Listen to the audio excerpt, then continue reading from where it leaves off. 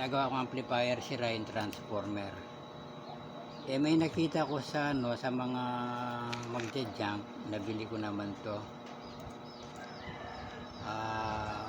Ang problema, wala siyang 12 volt.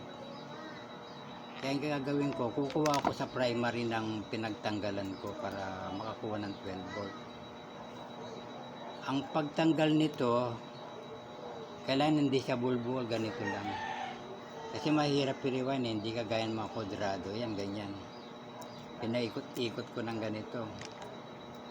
Pag binalik ko dun sa kabila, ganito rin ang gagawin. 12 volt lang naman ang gagawin ko. Primary ng ano to, dati, sunog na. Yung kalahati, buo pa.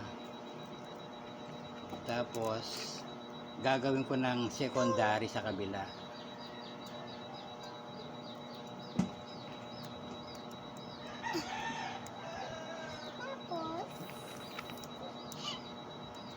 Yan, ganyan lang ang technique yan.